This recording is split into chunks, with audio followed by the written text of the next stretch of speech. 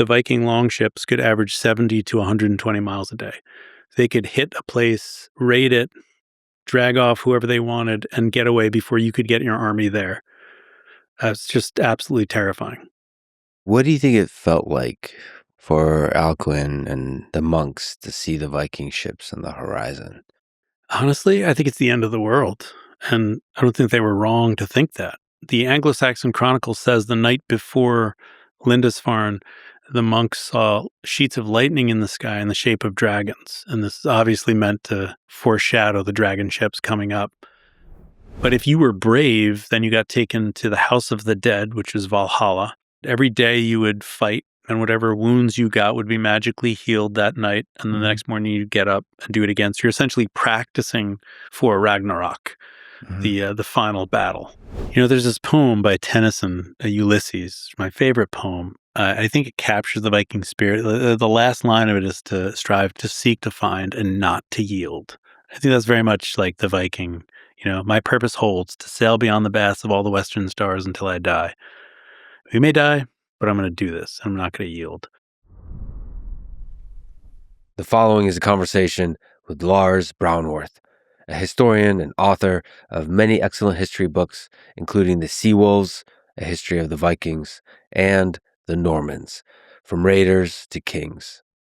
He's also the host of 2 history podcast series, the first called 12 Byzantine Rulers, The History of the Byzantine Empire, is one of the first, if not the first ever history podcast launched over 20 years ago in June 2005. His second series, Norman Centuries, explores the remarkable rise of the Normans from Viking raiders to the rulers of kingdoms stretching from England to Sicily. In this conversation, we focus primarily on the Vikings, the seafaring Norse warriors and explorers who, over a period of just 300 years, reshaped the medieval world and the trajectory of Western civilization as we know it. This is the Lex Fridman podcast. To support it, please check out our sponsors in the description, where you can also find links to contact me, ask questions, give feedback, and so on. And now, dear friends, here's Lars Brownworth. Your writing and podcasts take us from the Vikings to the Normans to Crusades to the collapse of the East Roman Empire, also known as the Byzantine Empire. There's a thread, I think, that connects the Vikings through all of it. So let's start at the beginning. Let's start with the Vikings. So the age of the Vikings was intense and violent, as you write about, often dated from 793 AD to 1066 AD.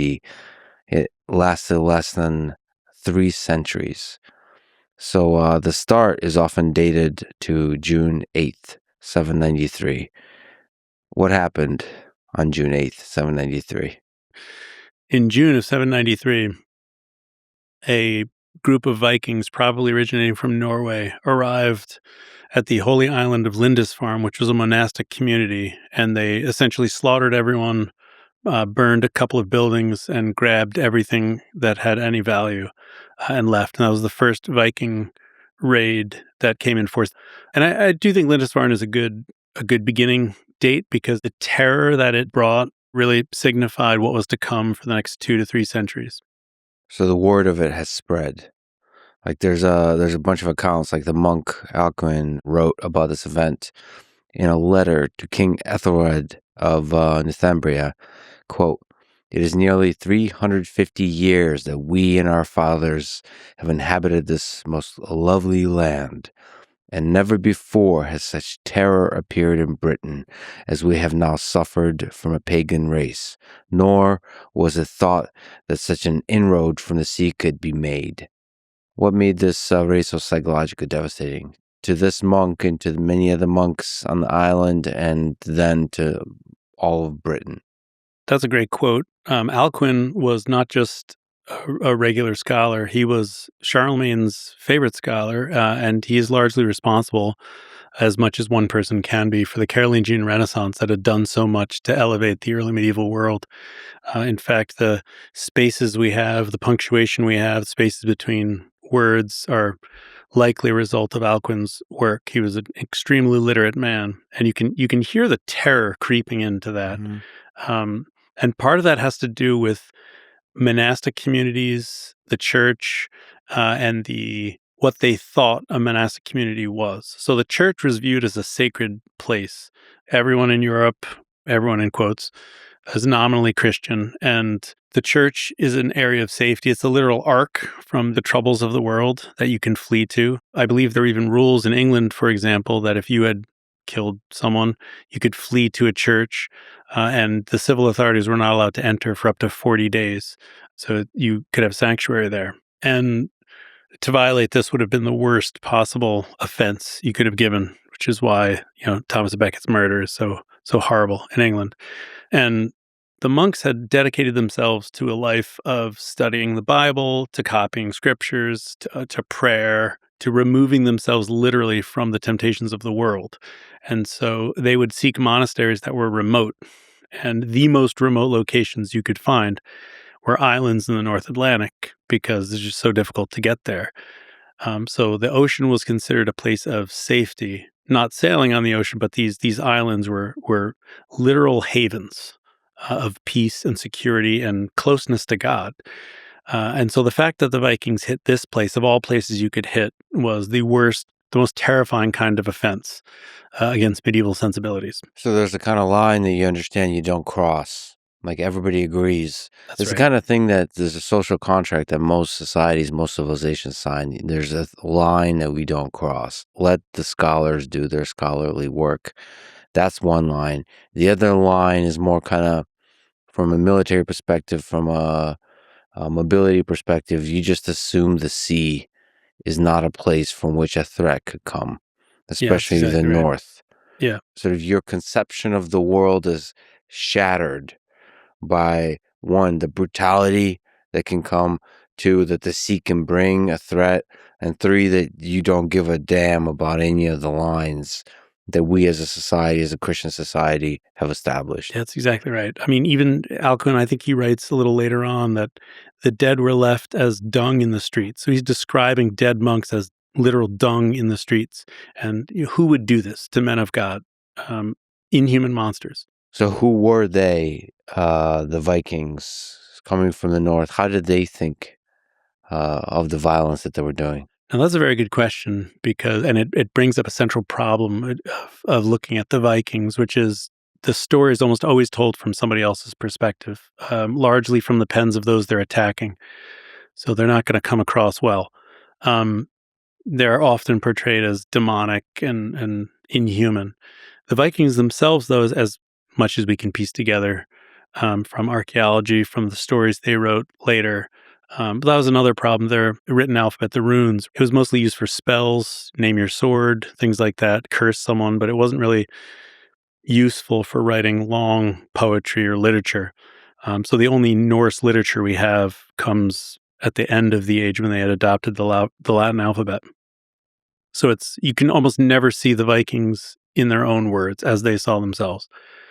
But we can piece certain things together. Most importantly, Viking was not their day job. They were mostly merchants and farmers, mostly farmers, who lived in little bays called viks in Old Norse, which is probably where we get the word Viking from. One other note about how hard it is to tease apart what's happening here is the English and the Frankish and the Irish writers all call them Danes, no matter where they came from. They didn't stop to ask, now, excuse me, are you from Norway or are you from... So they're all called Danes or pagans, heathen or Northmen. So this is not very helpful in figuring out where they came from. Mm-hmm. The language was interchangeable. Old Norse was spoken in all three of those Scandinavian countries. But living in the north, so far up near the Arctic Circle, that's at the very limit of where technology of the time could allow humans to survive. And that kind of harsh climate bred, I think, very hard people. Mercy was not a quality they seemed to favor, value.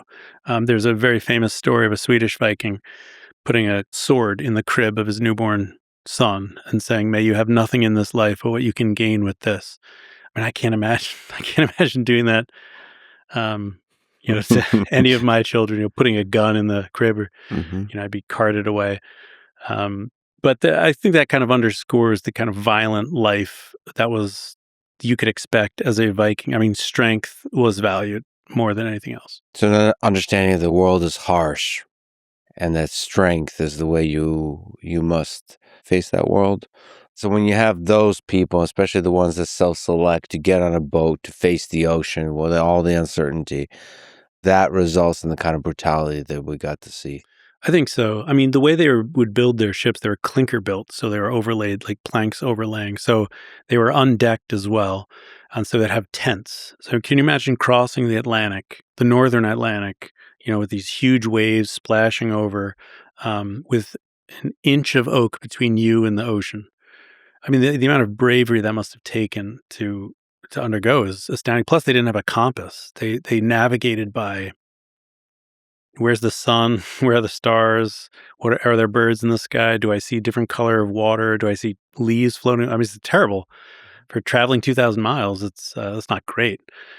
So it's kind of an intrepidness to them that I think is part of the reason why they're so fascinating to us in our sanitized, more or less sanitized world. That this incredible courage to do this, and some horror at what they did on the other end when they arrived. But we'll talk a little bit more about their religion, but they do not view the Christian God in particularly flattering terms. I mean, to them, he's a weak God who won't protect his adherents, and they can just come in and plunder as they. I mean, they'll.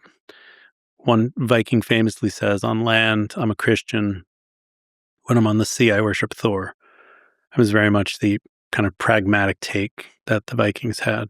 Yeah, they're gods, and they have many, but Odin and Thor are pretty hardcore gods. So everything, just their whole philosophy on life is pretty hardcore. Probably some of the toughest humans to have ever lived. I think so. Yeah. I mean, their gods are horrifying. They're polytheistic. There was no universally accepted head god. Hmm. I think Marvel has also led people astray in this. Well, we'll talk more about a religion, but since you mentioned the boats, what do we understand about the technology that we're using? Can you just speak a little bit more to this 1 inch of oak idea? So these were these long ships that were also able to travel on rivers. So they're not like what is structurally do we know about the boats that allow them to be so flexible in terms of where they can travel? Yeah. I mean, and this was the Vikings' great secret. And I think it's underappreciated. They built different types of ships, obviously, for different purposes. But the thing that blows my mind is that they built these ships that could cross an ocean, cross the Atlantic Ocean. And at the same time, when they had a draft of less than 2 feet, so they could sail up rivers that were 2 feet deep. And if they came to a block or something, 20 men could pick up the ship and port it around. So they were incredibly portable, and their speed. The speed was the most frightening thing about the Vikings. So these are the same kind of ship that they sailed the ocean on. Yeah, I mean it's insane. So they're pretty sufficiently robust to handle the ocean and sufficiently mobile to travel on rivers and do so really fast. So Yeah, you mentioned speed. That seems to be, from a military perspective, the great advantage of that's the right. Vikings because they can move much faster than the land armies can. So in not just the element of surprise, which they often had, but the element of speed was the thing that gave them an extreme advantage against the British armies. That was the big one. So an English army, if it had access to a good Roman road that was well maintained, which frankly there weren't tons of them, but they could average something like 10 to 15 miles per day Mm-hmm. on a good day if they didn't have a large baggage train to slow them down. If you had a cavalry unit that didn't have to travel with the army, they could average about 20 miles a day. The Viking longships could average 70 to 120 miles a day. So they're just moving in super fast motion. They could hit a place, raid it, drag off whoever they wanted, and get away before you could get your army there. That's just absolutely terrifying. What do you think it felt like for Alcuin and the monks to see the Viking ships on the horizon. Do you ever try to put yourself in the mind of those folks and imagining in that time, you don't have a full map of the world, right? And the oceans are not mapped, and you have a hazy conception of the world. And so out of the darkness from the ocean where you thought nothing can come, comes this terrifying, this brutal force. What do you think that felt like? Honestly, I think it's the end of the world, and I don't think they were wrong to think that. The Anglo-Saxon Chronicle says the night before Lindisfarne, the monks saw sheets of lightning in the sky in the shape of dragons, and this is obviously meant to, foreshadow the dragon ships coming up. I can't imagine the horror. It would shake my faith, I'm sure, to have these these giant men jumping out of their ships with swords raised, and what do you have? A cross. Were the Vikings aware of the fear that they had caused? So did they use fear as a kind of weapon, or was this just a side consequence of their actions, or did they understand and use it? Like the Mongols, Genghis Khan, the Mongols used the fear and the terror on purpose to Yeah. increase the chance that they wouldn't have to avoid fights, basically. Yeah. Yeah. The Vikings absolutely used terror. It was a main weapon in their arsenal. They would attack specifically on high holy days like Easter, Christmas, because they knew there'd be higher value targets there with richer clothing, richer offerings, and there'd be a lot of money available. So they were rather sophisticated, which I think is something also that they don't get much credit for. It's like they were just dumb brutes attacking and just destroying. But it was very sophisticated. They would show up. This is what I mean when I say Viking wasn't their day jobs. They would be traders in say an English port, kind of looking around. They'd get everyone's schedule, then they would sail away and come back as Vikings, and they knew exactly where to go. They knew where all the money was held. They knew where all the churches were, when to attack. They knew the entire Christian calendar. They knew when someone's baptism was, when someone's confirmation. I mean, they were aware of all of this, and they would definitely attack to increase terror. One of the signs of the intelligence of the Vikings is that the Viking Age is so short. So what happens is these explorers and these rough men who do the raids, they very quickly are good at conquering and then start state building, or conquering and then establishing trade routes, and stop being the quote unquote Vikings. So basically they conquer and then they start doing the usual build the institutions, start a state, and now they're normal kind of nation civilization kind of thing. So this kind of force that is the conquering, raid, violent, intense explorers is like a short lasting thing, a couple of generations at most. Yeah, that's right. I mean, the Vikings were ultimately a pragmatic people who, if it worked, they would keep it, which is frustrating because they disappear so quickly because of that. With very little trace in With the very little record, trace. with That's right. very little writing. That's right. There's Yeah. no time for writing it down. No. Yes. We're not doing that. Yeah. Why were monasteries such good targets for these early raids? This is where I imagine myself as a Viking and one of my ancestors, perhaps. Yeah. And sailing in. I mean, they must have thought they had won the lottery. Yeah. You got these rich buildings, rich gold everywhere, these decorated books, jewels, all guarded by old men who don't know how to fight. You just take it. I mean, we should make clear that the monasteries they were used as almost like storage for gold. Yeah. And this goes all the way back to, the Roman Empire where, think of, for example, the Emperor Augustus. When he was writing his will, he put it in the Temple of the Vestal Virgins, as well as Mark Antony and Cleopatra. They'd all done that because there's this additional protection of religion and this taboo against violating that. And the same thing happened when Europe was Christianized. Monasteries were rich people their faith had to be an active faith. They couldn't just say their prayers and go to church on Sunday. They would have to do something to publicly show that they were, worthy of forgiveness or whatever. And so they would donate huge sums to the church. I think, by the time of the French Revolution, which is obviously way in the future, the church is the largest single landowner in France. I mean, the monasteries were these monasteries filled with monks who had taken vows of poverty were some of the richest places in Europe. It's kind of a strange dichotomy here. And then we should also say that the Vikings, many of them pragmatic people, so a lot of them would eventually then convert to Christianity. So That's right. you integrate yourself into the system. That's right. In some sense, religion creates this backbone of a society that stabilizes it, and then you create a bunch of rules about behavior, how you're supposed to behave. One of the rules is you don't mess with the church buildings and the religious institutions, and therefore they become great storage places for gold. That's right. And then the Vikings here just test the system. Yeah. I mean, it's the fortune of geography for them and the fortune of their way of life. To be able to raid, to become extremely rich, and therefore it both spreads the terror across England and the message across Scandinavia that there's a lot of riches to be had. And so the raids, that's why there's an explosion of raids. That's right. And I think it's not a coincidence that it happens when it does. I mean, you have both.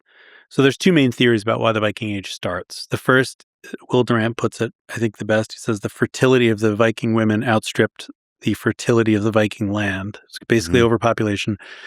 And then they're searching for food. And then the second is there's this technological breakthrough with the keel and maybe pressure put on Charlemagne's consolidation and a little worries like that. I don't see why both can't be true.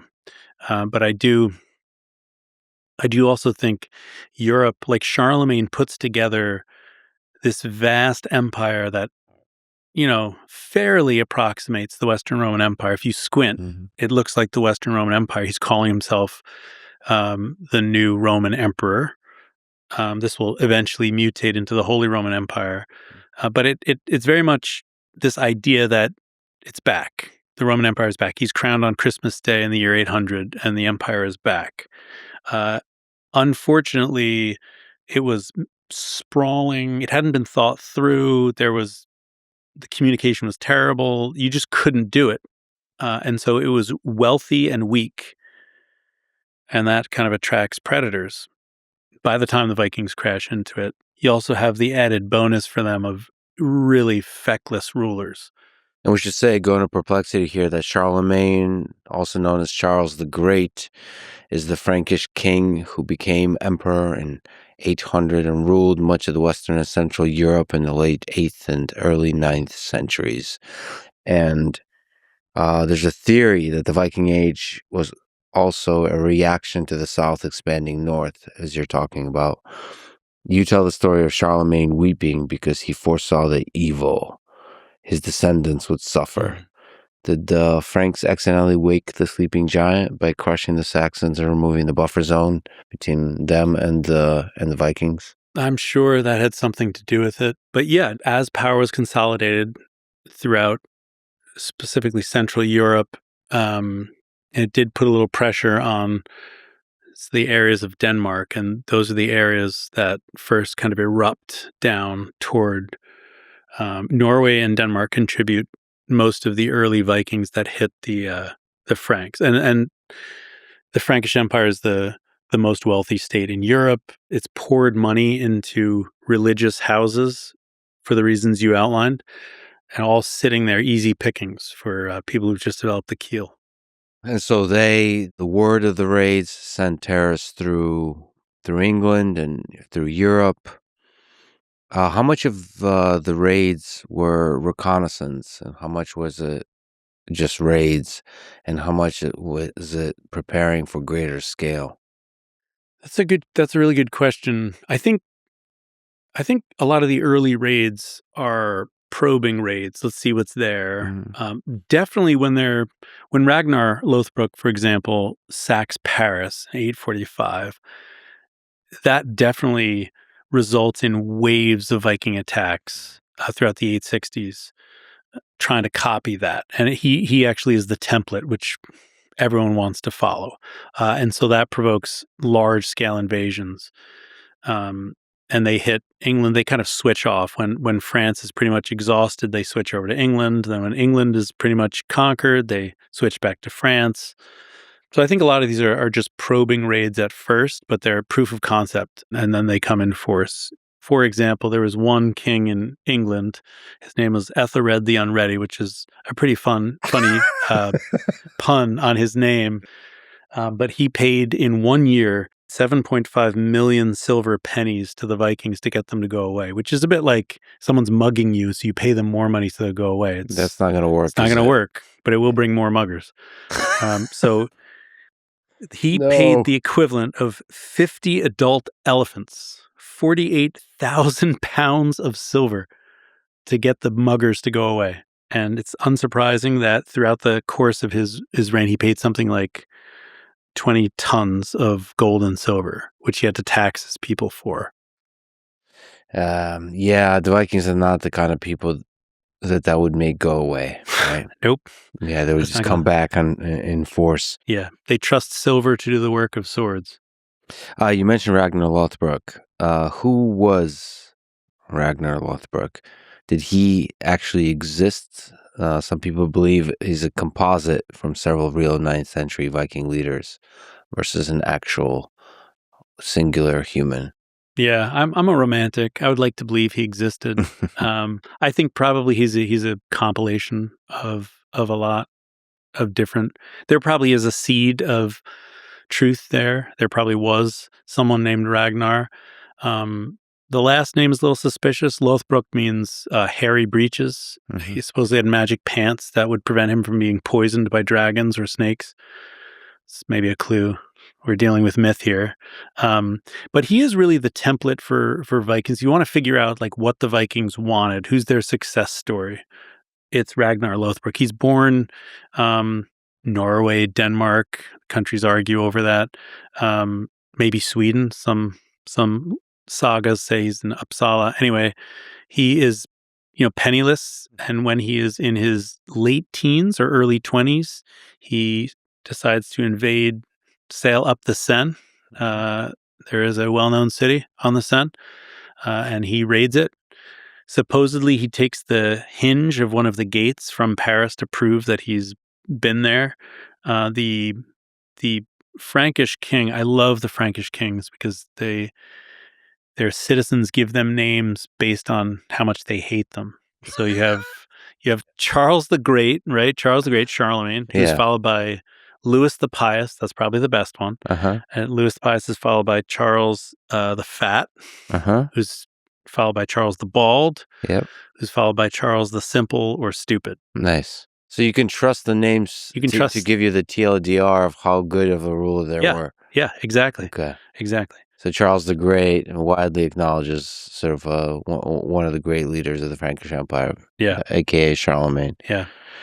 So what else do we know about him? So there's going to Perplexity. Ragnar is portrayed as a Scandinavian warlord, often called a Danish or Swedish king, like you mentioned, active in the 9th century during the height of the Viking raids.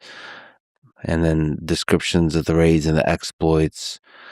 Medieval traditions link Ragnar to famous raids on the Frankish realms, especially the attack on Paris in 845, where he reputedly sails up the Seine and extorts a huge ransom from King Charles the Bald. He's also associated with repeated attacks on Anglo-Saxon England, embodying the archetypal Viking chieftain, charismatic, brutal, and focused on wealth, fame, and honor in battle. So those are the ideals of the Vikings: charisma, brutality, and focusing on wealth, fame, and honor, especially honor in battle. Then also, what does he do with it? Right? What does he do with it? So he gets about 7,000 pounds of silver from Charles the Bald, which essentially destroys Charles the Bald's kingship. But he goes back home to Denmark, and the Danish king doesn't want him around because he's too powerful. He's too rich. He's a ring giver. Think Beowulf here, right? he's got this large personal army which wants to join him for he can do, they'll follow him, and he is a threat. And so he kind of is encouraged to go elsewhere. He ends up raiding England for something like 15 years. And then there's probably the most famous bit of the story is he's shipwrecked, and King Aella of Northumberland captures him and decides to kill him by throwing him into a pit with vipers. They throw him in this, and the snakes are biting him, but he's got his hairy breeches on, so it's not working. So he's singing a hymn to Odin, and he gets pulled out, and he's asked why he's not dying, and he explains rather foolishly that he has these hairy breeches. So they take the pants off and throw him back, and his last words are, when the boar bleats, the piglets come. By which he means, I have sons, he had 12 of them, and they will avenge me. And they do. They lead the great heathen army to invade and eventually conquer England. Aella, fun fact, not so fun for him, supposedly was captured by the son of Ragnar. His name is Ivar the Boneless, which is somewhat terrifying of a name. And he's the first person that a blood eagle was performed on. What's the blood eagle? It's when they remove the lungs. While you're still alive, they cut you open and remove the lungs and put the lungs on your back. Mm-hmm. And then when you try to breathe, they flutter like wings. So it's called like an eagle. It's called the blood eagle. That is horrible. It's disgusting. Yes.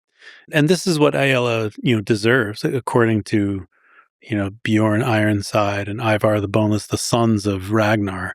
Like, this is what they get. Revenge. This is the piglets coming to the Yeah. old boar, One last thing about Mm-hmm. about Ragnar is his wife is also an important part. He had something like 12 sons. The accounts differ, and probably 3 marriages. But his most famous wife was named Aslaug, and she fell in love with him. He was on a ship. He was passing through, so kind of a glamorous sea king, right? With he's living the dream, and she sees him and she wants to be married to him, and he says no. He says, because he wants a clever wife. And so he says, if you can accomplish these 3 things, you can marry me. So tomorrow, I'll be here tonight. And then tomorrow, I want you to come to my ship. I want you to have no clothes on, but not be naked. I want you to have not eaten a meal, but not have fasted. And I want you to come without a companion, but not alone.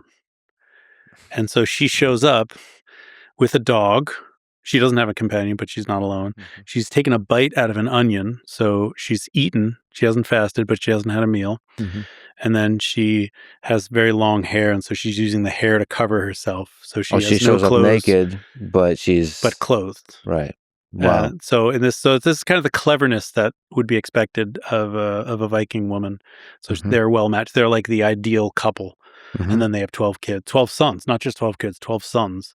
And many of them end up almost as famous as their father. Ivar the Boneless. Yeah.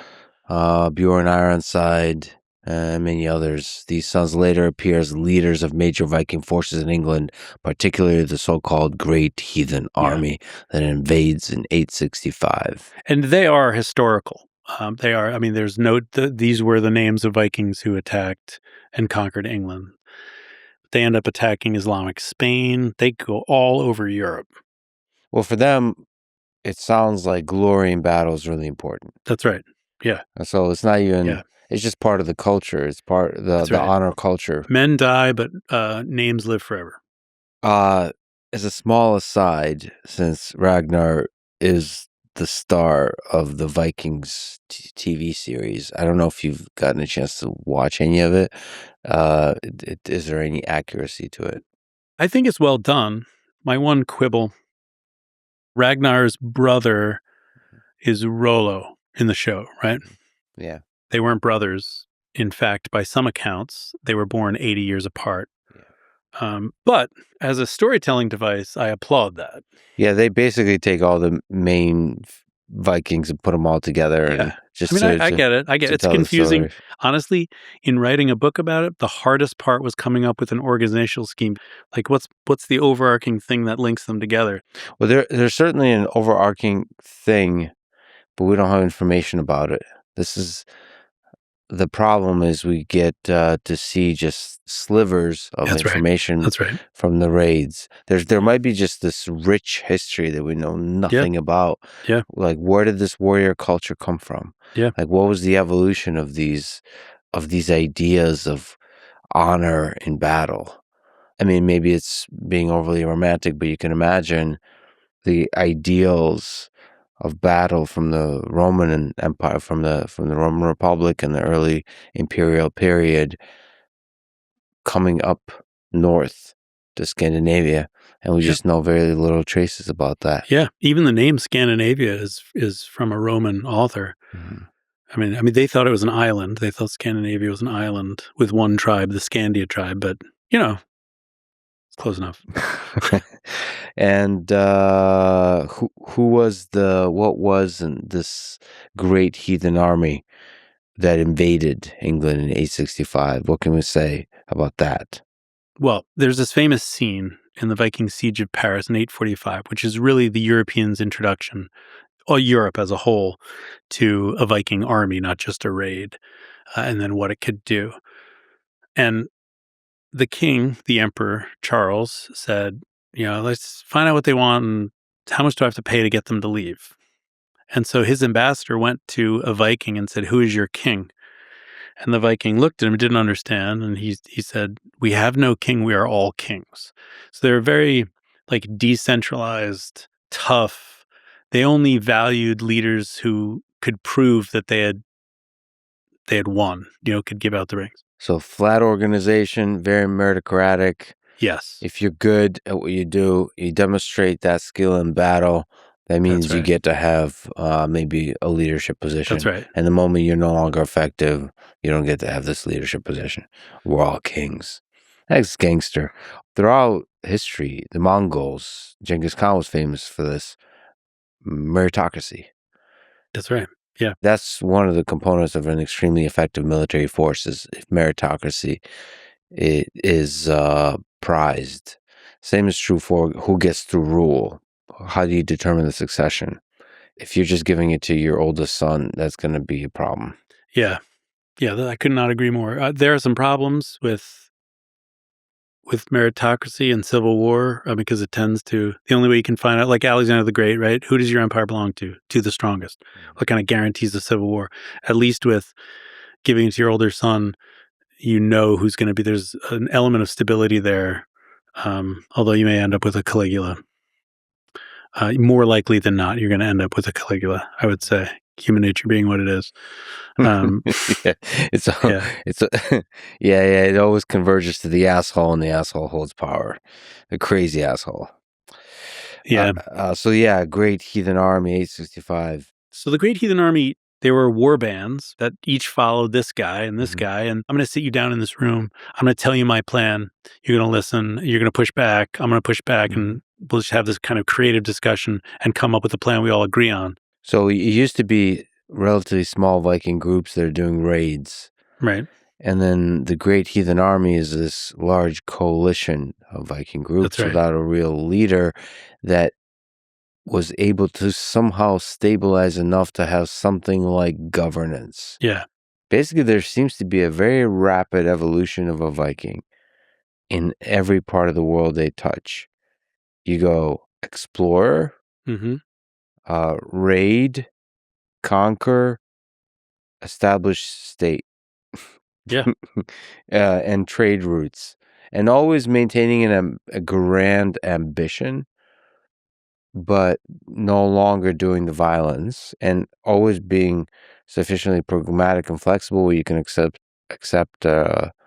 conversion to Christianity, for example, if it's useful. Then accept the culture, accept the language. So that's why they integrate, and the thing that we think of as Viking kind of dissipates and disappears pretty quickly. Yeah, and I think the best example of this is France, right? So the Vikings, we'll talk about this more probably with Rollo, but the Vikings settle in France in the Northman's Duchy, which is shortened to Normandy, and they, within a generation, I mean, Rollo, whose real name is Rolf, Eric, he names his son William. It's not a Viking name, and within a generation, The language is gone. The Viking names are gone. The worship of Odin is, as far as we can tell, gone. Mhm. And the Normans are building churches and marrying into the local aristocracy, and they're essentially, their Vikingness is gone, except for one thing: their like incredible vitality. Which, Mhm. the Normans essentially conquer kingdoms at both ends of Europe, Sicily and England, and found two of the foremost powerful states in medieval Europe. Yeah, so the ambition is Is there, the there? vitality is there, The but methods have changed. yeah, and they change rapidly, which is Yeah. fascinating. So you have a book, you have a podcast series on the Normans. So let's talk about Rollo. Who was Rollo? The famous Viking war leader who became the first ruler of Normandy in northern France. Well, first I should say, as someone of Norwegian descent, I'm going to fall down on the Norwegian side of the argument here, because Norway and Denmark almost came to blows over which was the birthplace of Rollo. Yeah. But the consensus seems to be Norway, not just biased. Yeah. So he was the only glimpse we get of Rollo as a young man is he was very tall. So he's called Hrolf Walker, Hrolf Granger, because he was so tall he couldn't ride the little Viking ponies. So he had to walk everywhere. But kind of poor, probably raised on stories of Ragnar and the other Viking lords. And he may have participated in some of the earlier, like the 860 raids that the Vikings did on Paris or the Seine, and then he eventually ends up plundering what will become the Norman coast. And in the year 911, he makes a treaty, the Treaty of St. Clair-sur-Epte, with the Frankish king, Charles the Simple, which is not stupid. It's more like straightforward. There's no guile in how he talks.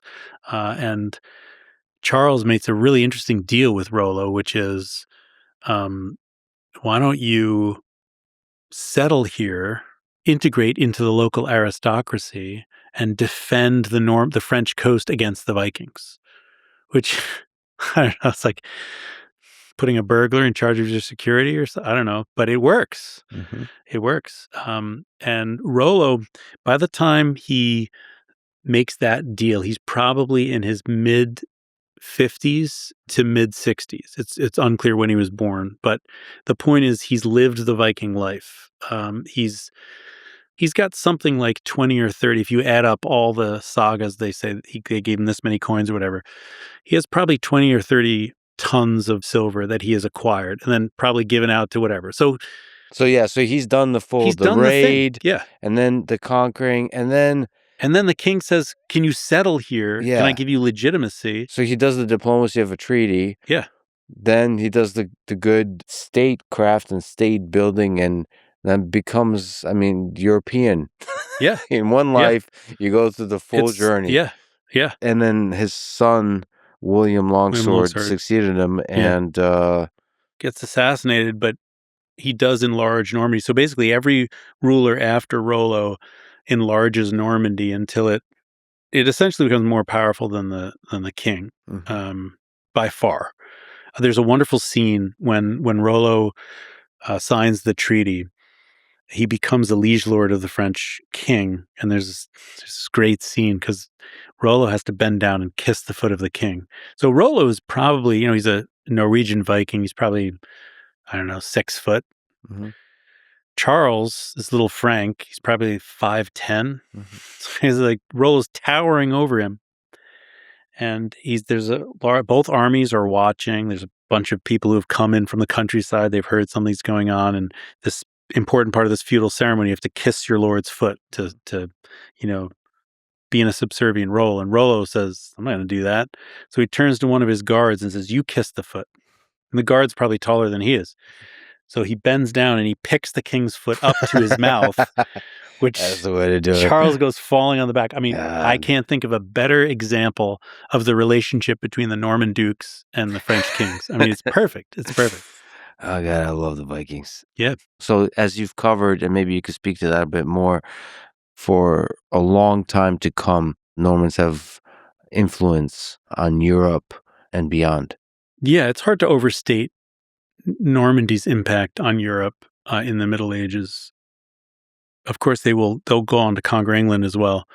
But Rollo, when he signs the treaty, it's an ambiguous treaty. He's given a title, which is rather ambiguous. He's not a duke, and it's not clear. He's not an earl. He's not a duke. He's just subservient to the king, and which means Normandy is not a duchy.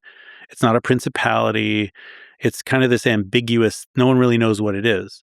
And so Rollo, being a good Viking, and his descendants being good Vikings, despite becoming French, they just call themselves duke, and they essentially seize whatever power they want. There's one Norman duke, I think he's the grandson of Rollo. He's kidnapped by the French king when he's 14. He escapes the captivity and kidnaps the king. As a 14-year-old, I mean, these guys are crazy. How far geographically and in time does the influence of the Normans and Normandy go? So what should we understand about the impact of Normans in history? I'm a romantic, so I when I read history, I usually end up rooting for the losers. I want Harold Godwinson to beat William the Conqueror. I want Hector to beat Achilles. Never works, no matter how many times I read it. But I was always interested in the Normans because of the Norman conquest of England. And I have a twin brother, and he asked me, we were taking a walk, and he asked me, how did Europe, because I was reading about the Dark Ages at the time, the early Middle Ages, how did Europe, this kind of backwards place, become the dominant force in the world? And I started thinking about that. And my answer really is the Normans. The Normans, that's the great change between Europe as a backwards, inward-looking place and Europe as a kind of confident, outward-looking place. And that change happens under the Normans. I mean, the Normans, it's not a coincidence that they lead the charge in the First Crusade. They create the state of England. If you look at England before the Vikings arrive, there are 7, it's the Heptarchy, there are 7 kingdoms in England, and the Vikings destroyed all but one. Only Wessex is preserved, and they've conquered about half of Wessex, and there's a young king. What's he going to do? But that king is Alfred the Great, and he conquers the rest, and then his grandson, Ethelstan, is the first man called King of England, King of all Angles. And then they do the same thing almost wherever they go. They help create modern France by ripping apart Charlemagne's empire, which was unwieldy. It looked good on paper, but it was unwieldy. It was replaced by this leaner, meaner, compact thing. They figure out how to deal with the Vikings by essentially building fortified bridges, changes to their army, and so forth. The Vikings, I like to call it creative destruction. By destroying the things they destroyed, they cleared the ground for something stronger to grow. That's brilliant. The creative destruction engine that created Europe was the Normans and the Vikings. And then you have another book that talks about the Byzantine Empire. So you have the creative destruction that resulted in Europe, that Europe led to this Western, quote unquote, civilization that we think of now. And the thing that protected Europe for centuries was the existence of the Byzantine Empire, the East Roman Empire, because of all the threats that came towards Europe. This strong, stable empire that is the Byzantine Empire protected the forces from everything that came from the East. Yeah, that's right. They were a buffer. They were a buffer, giving Europe this kind of vital time to develop the way it needed to develop. So it's interesting to think that the world as we see now was a result of a sequence of quite lucky geographical and leadership decisions in history. I mean, it really does pivot on a few points of geography and a few special leaders that conquer. Yeah. Had Constantine chosen his site a little less wisely, the world's going to be very different.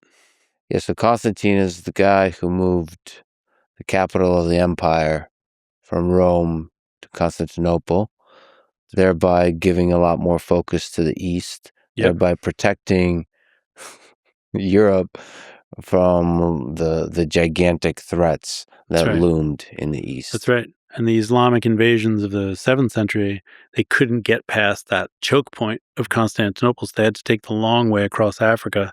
And by the time they get to Spain and conquer Spain and at the Battle of Tours, Charles Martel is able to stop them, and they're massively overextended.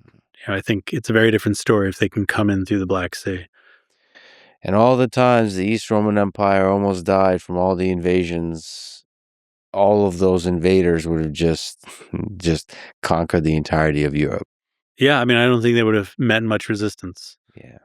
So rewinding back, what was the religion, the religious beliefs, the gods that the Vikings believed that we've mentioned a little bit of, Thor and Odin? How did they see this world and the universe? So the Viking gods are they've been sanitized, but they're quite terrifying. But at their basic conception of the universe is an eternal struggle between chaos and order, which chaos will eventually win. So I think the best view of cosmology is of concentric circles, with Utgard is the outer realm, and that's where the chaos is. And that's where the frost giants are, all the monsters that seek to destroy. The gods represent order and stability, and the monsters represent chaos. And it's an eternal war between the two of them. So there are different categories of gods depending on which circle you come from. The gods don't all like each other. They're not. Sometimes they engage in wars. Some of the most famous gods, the Norse gods, Loki or Freya, come from outside the Aesir, the main gods.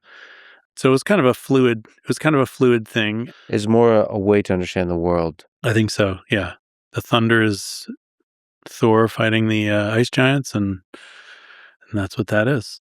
Going to Perplexity. Vikings followed a polytheistic, ritual-heavy religion centered on a pantheon of gods and spirits with no single holy book or unified church, and practices varied a lot by region and family.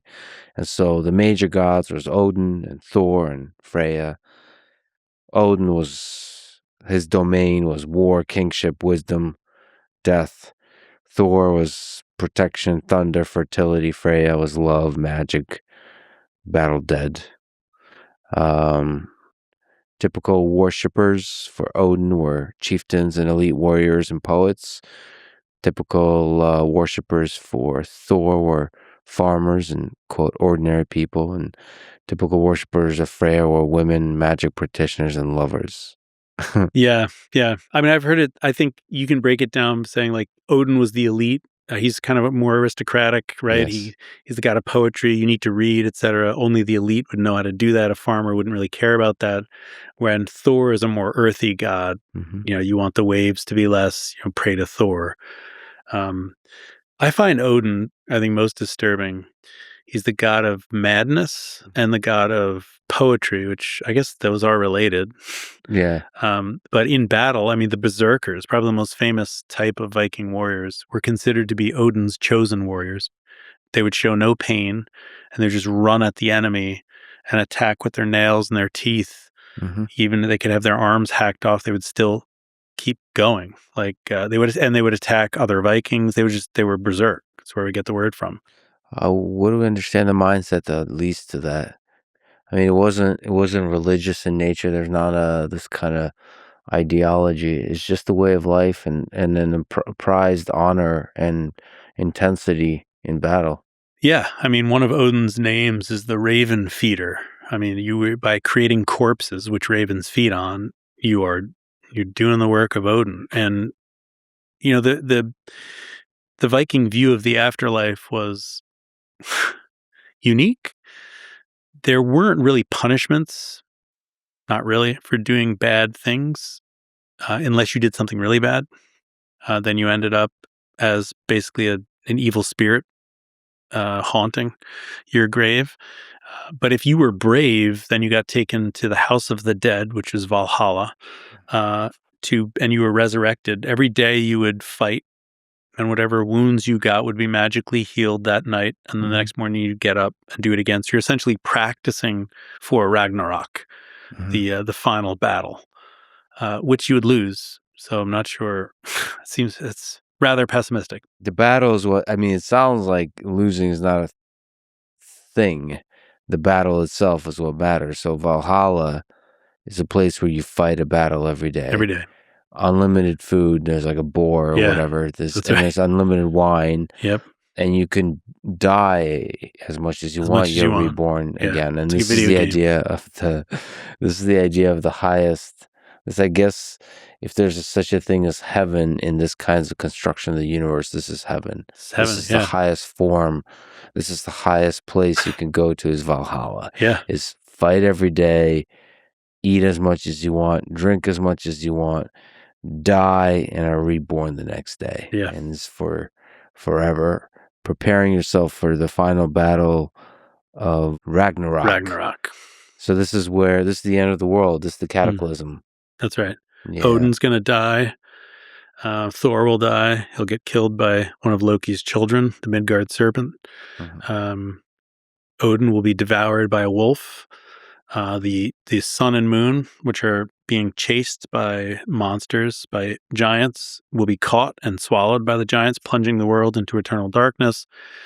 Um, Essentially, all the gods will die, and darkness and chaos will then ensue. And then at the very end, this is mostly from a guy named Snorri Sturluson, who was living right at the end of the Viking Age and writing this. And he was, I believe, a Christian. So I think we're fusing things here. Yeah. So then there would be a new earth and a new heaven and a new God who's all powerful.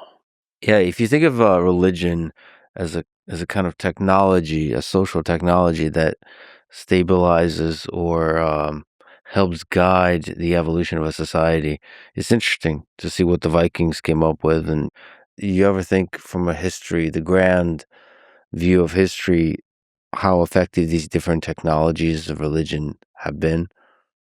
Yeah, I mean, I think that's certainly. I'm thinking of the Viking rituals.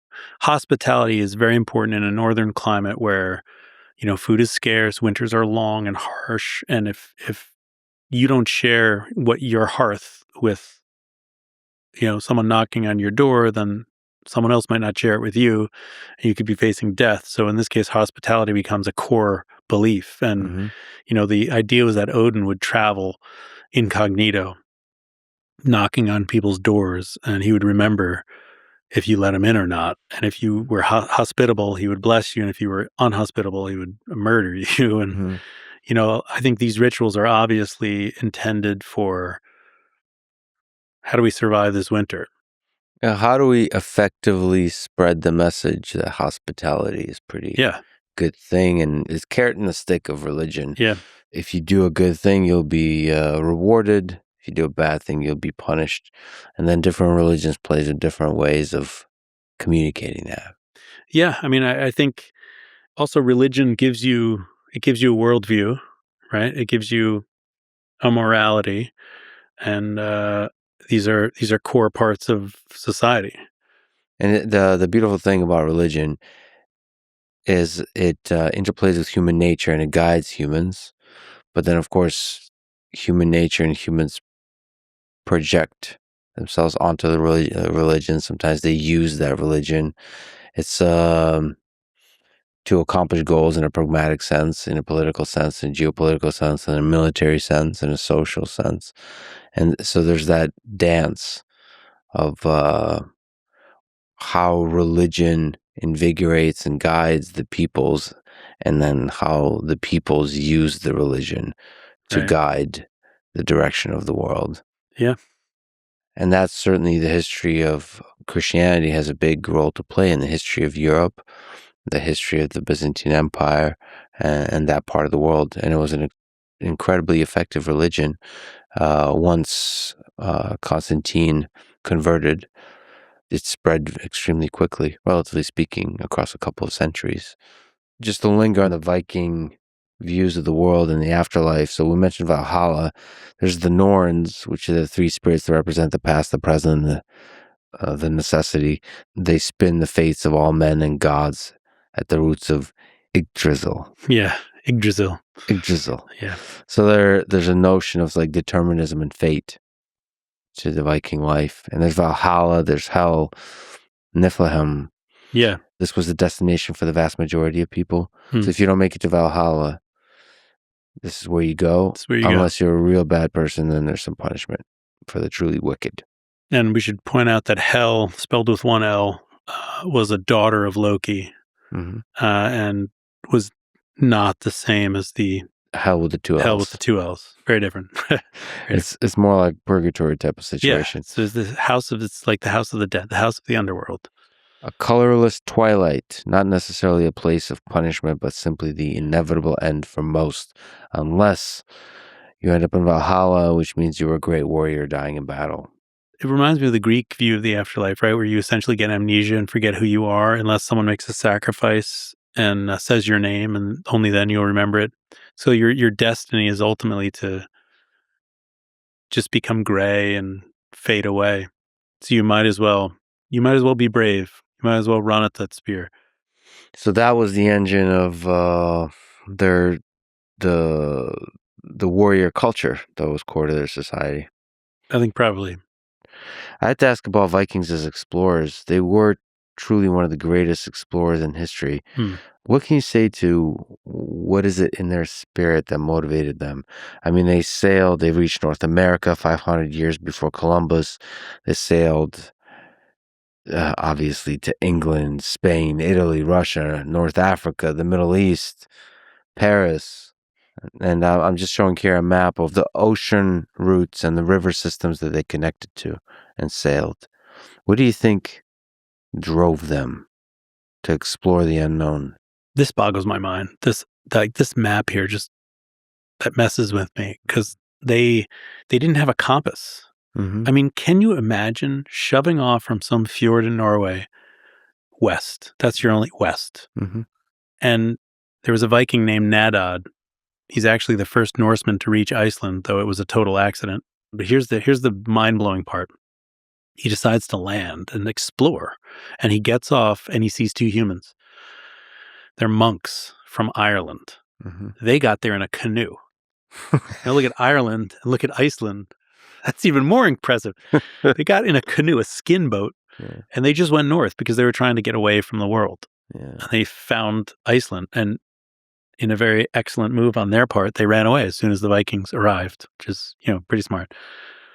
I don't know if you know, there's this video of the deranged penguin with Werner Herzog documentary where Werner Herzog is like overdubbing, explaining the thinking of the penguin, but the penguin leaves the tribe and he just goes out into the mountains. I have to show you this video. This is my favorite video of all time. There's this low-key documentary where they're talking about penguins, and then there's one penguin that leaves the tribe and just goes towards the mountains, and as Werner Herzog says, towards certain death. It always reminds me of this kind of Viking spirit or the monk spirit. There's something, one human or a small group of humans just decide to go. Just go. And not look back. Are there sea monsters out there? Maybe. Is there any land? Are we going to fall off the edge of the earth? Maybe. And just as Werner Herzog says, there's certain death. Now, he doesn't romanticize it. He says the penguin is just deranged and crazy. But look, the penguin did look back briefly. Right. And he did think about this. So there's two ways. There's multiple ways, but you just highlighted two ways to explore. One is because you're this hardcore dude that just is looking to raid and just goes and goes, and just you have the resilience and the will to keep going.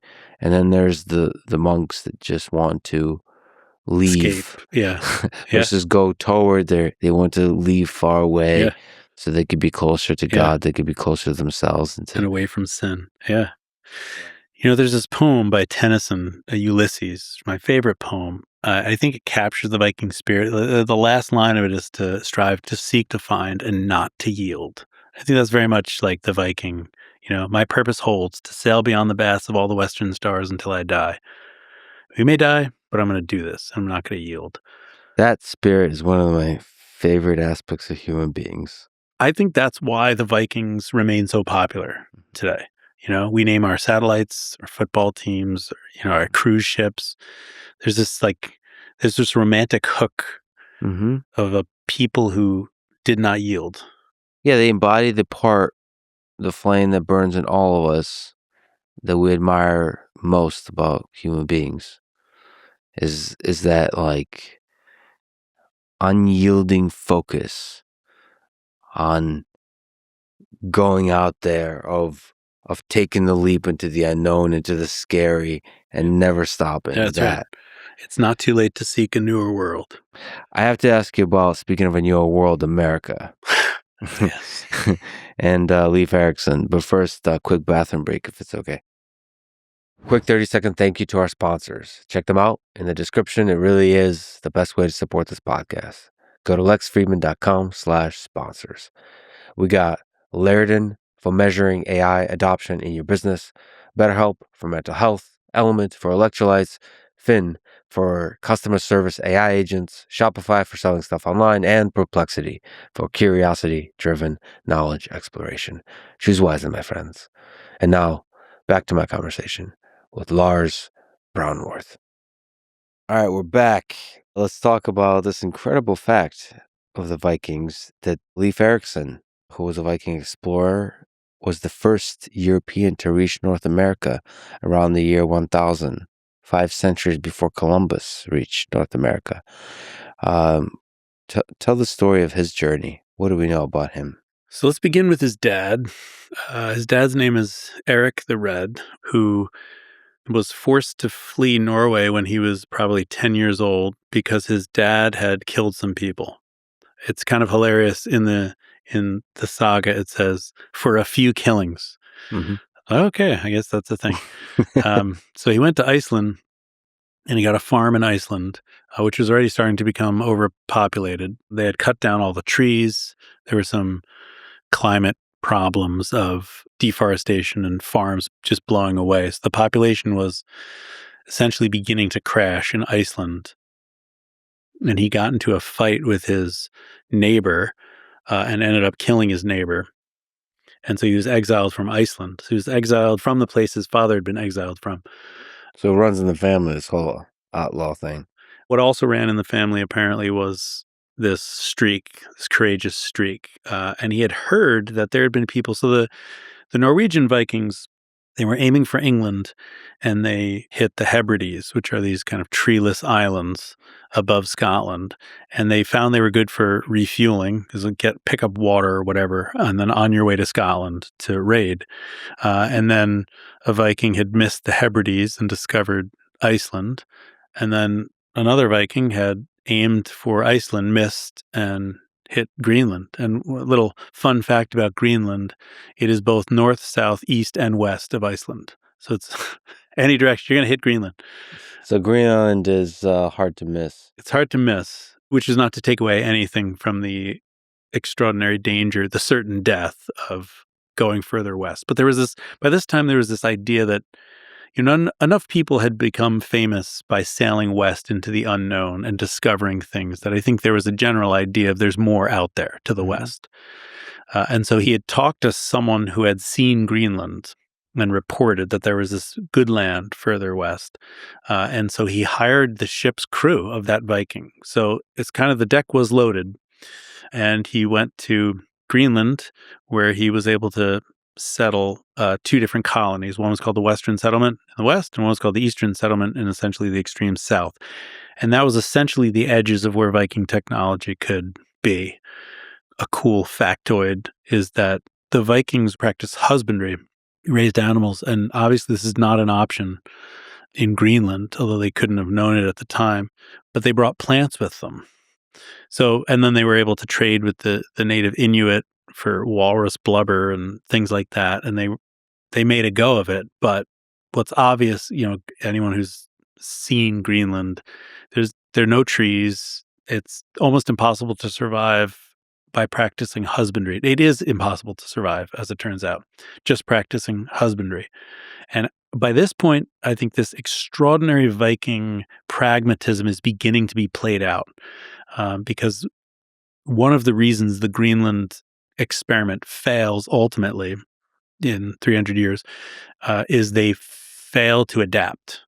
It's clearly they should focus more on fishing, on other sources, than just raising pigs and cows. But so we hit the limit of the Viking adaptability, which they have demonstrated throughout the world. Yeah, actually. yeah, Interesting. So Eric the Red is this. He makes his name by exploring, and he does, in fact, once he discovers Greenland, he calls it green. He says there's so many salmon in the rivers, in the fjords, that you can just scoop them out with your hands. You don't even have to fish. Was this real? Is a lie. Okay. That's not true at all. So he's doing propaganda. He's doing propaganda. Is this story true that he called it green just so he can attract? It is the greatest real estate scam in history. Yeah. Yeah. Okay. Genius. I mean, it's stuck to this day. Yeah. It's the most misnamed place in the world. Yeah. But in the Europe of the time, even in Iceland, like the dream was to have land. I mean, land equaled wealth in Europe. And here he says there's enough land for the taking, like anyone who wants, which is true. It's the largest island on Earth. I mean, it's unusable, but it should be called Iceland, Glacier Land or something. But it worked. He took 500 men with him from Iceland. It's got to be a significant chunk of the population, but there's enough people kind of land hungry. There's no more room in Iceland. It's too restrictive. We're going to go further west. So he takes 25 ships and then 14 make it, which is pretty good. And then those 14 ships with their 300 or so people start the Western colony, and then word gets back to Norway. But Norway's 2,000 miles away, 2,000 plus miles away. So it's, contact. They're having to get resupplied. Obviously, in the first winter, all their cattle die. It's not a great start for people who practice husbandry. So they've got to get resupplied from Norway. But, the chances of making it to Norway and back are actually not that great if you're sailing without a compass. Mm-hmm. You're just kind of hoping. But they do it. And the colonies survive until the 1400s, where they just go silent. So let's talk about Eric the Red's son, Leif Erikson. How does the journey continue west? So Eric is getting a little older. The Greenland settlements are becoming filled up. Eric is happy where he is. He's been kicked out of enough places. He's made his home here, and this is where he wants to be. But his son, they're running out of resources. There's no wood. There's limited food, et cetera, et cetera. And so his son proposes going west because he's heard stories that there are other lands. So another Viking had gotten lost, aimed for Greenland and missed, and had seen something. He said he saw clouds and mountains, and there's land there. And then he had turned around, and Leif again did the same thing. He hired the man's crew. Mm-hmm. He asked his dad to come. His dad wouldn't. He went with his half sister Freydis, who was a whole nother story by herself, and a bunch of other colonists. And they went and they landed in a place. He called it Vinland because he found things that he could ferment. So, of course, the Vikings, they made wine, or a wine-like alcohol. So Leif Erikson he's landed, he doesn't know this, but he's landed on a new continent with essentially inexhaustible stores of food and timber and everything he needs. It's the perfect place. Unfortunately for him, it's also inhabited by some natives, probably the Algonquin tribe. He calls them the Skraelings, which is just Norse for screechers, because he can't understand their language. They just yell at them and attack immediately. They stay there for 3 years and then give up and go back home. So ultimately, and then really don't tell anyone about it. They just keep it in their northern sagas. Why do you think they left? Why do you think they didn't stick around longer?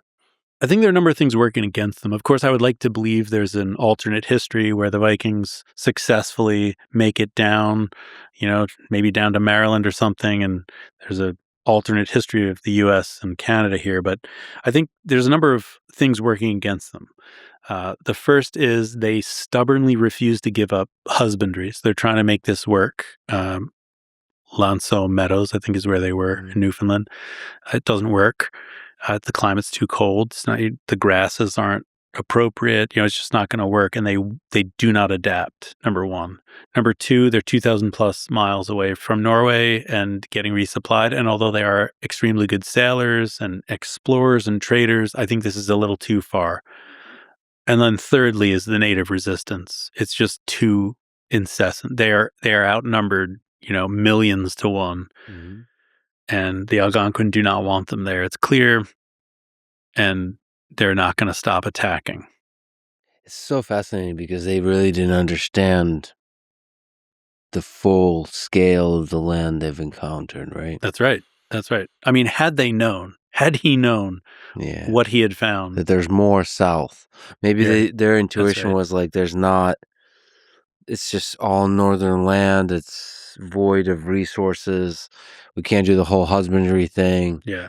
But you would think they could go down the coast. I mean, if they could have gotten enough people from Norway, or Iceland or whatever, a sizable enough colony and build some kind of defenses to fight off the incessant attacks, then I think that's a different story. Because there's certainly the resources are all there. Mm-hmm. Or just keep staying on the water, keep going down the coast. Yeah. Not necessarily camp out until you get further south. It is fascinating to think about that alternate history where they would have discovered America and settled there. So this is 500 years before Columbus. First of all, they could have done a lot of the stuff we think about the European nations doing, including brutality towards the natives. But there could have been a coexistence also. And some of the diseases that come with them could have done the damage that they did 500 years later. But now it would have stabilized the populations to where, in the Europeans, the Spanish and so on will come, the natives would be more ready. So Europe would then encounter a sizable population of the Viking descendants and the natives, to where the two could hold on to the land and bring a different kind of civilization there. Because ultimately Europe, with the European ways, the west of the Western civilization expanded out into North America. But there could be this whole Scandinavian vibe that would have taken over. Just a hair's breadth. My favorite museum in New York is called the Cloisters. It's part of the Met. And in the Cloisters, there's an ivory cross. And the ivory cross has been richly carved with Christian scenes. It was carved in England, but it's made of walrus ivory. And they got it from the New World. And the Viking traders. It represents, the great arc of the northern trade. Mm-hmm. So it's walrus ivory from the New World via Norway to England to New York. It's a great symbol of that trade. This whole just period of thousands of years of exploration that we no longer can do, so it's kind of geographic exploration of the world, is fascinating. It takes true courage. It takes true wonder. Of the kind of exploration we could do now is more in the scientific realm, in the realm of ideas, and then maybe in terms of geography out into space and exploring the universe. Yeah, I think the closest analog is probably Mars, right? I mean, what would it take for you to be like, all right, I'm going to leave and I'm going to go to Mars? You're never coming back. There's nothing there as far as you know. All the accoutrements of civilization are not there. That's the kind of courage you would have taken. Yeah, but there's, on top of that, with Greenland, with Iceland, with Finland, there's just so much uncertainty, like literally what's beyond this hill. So with Mars, everything is mapped. So it's really, you understand the full harshness of the situation. Of what you're going to face. So that's more akin to like, all right, I'm running an ultra marathon. I understand the challenge. I think more akin would be like traveling out into like the Oort cloud, like beyond the solar system. What's scarier, the known or the unknown? I think that deeply the human nature pulls us towards the unknown. That's true. Yeah. All right. Speaking of which, going to the east. So, like we mentioned, the Vikings really went all over, and one of the directions they went that ended up touching the Byzantine Empire and Constantinople is they went east. What can we say about the 8th century journey east in the river networks that the Vikings did, the Swedish Vikings, the Varangians, as they began to explore the river systems of Russia? So this was the most surprising part for me when I was first thinking about writing the book and, discovering where the Vikings went. I never, in a million years, it would have never occurred to me that the Vikings went east. But a good way to think of this is the Vikings launched themselves in whatever direction their country is facing. So Sweden goes to the east, Denmark goes down toward Germany, and Norway goes England and the New World. So there's a Viking named Rurik who goes east and manages to set up an encampment on this lake called Staraya Ladoga. Which is a launch pad to both the Volga River, the Dnieper River. Yeah, and these are major river systems in the east that take you all the way down to the Black Sea and the Caspian Sea. Because the Vikings, such seaborne people, they can sail up rivers. This allows them access to the caliphates in the east, and to the Byzantine Empire, where they, being Vikings, immediately decide to attack the city. The Byzantines essentially set the Sea of Marmara outside of Constantinople on fire and burn up all the Viking ships. So then the Vikings decide, okay, we can't take Constantinople, so we might as well join them if we can't beat them. And they end up as probably the most famous guard in Byzantine history, the Varangian Guard. Varangian means the men of the oath, the men who've sworn an oath. This is kind of an analog of the Praetorian Guard in ancient Rome. They were famously loyal to the throne, but not necessarily to the person sitting on the throne. They are major power players.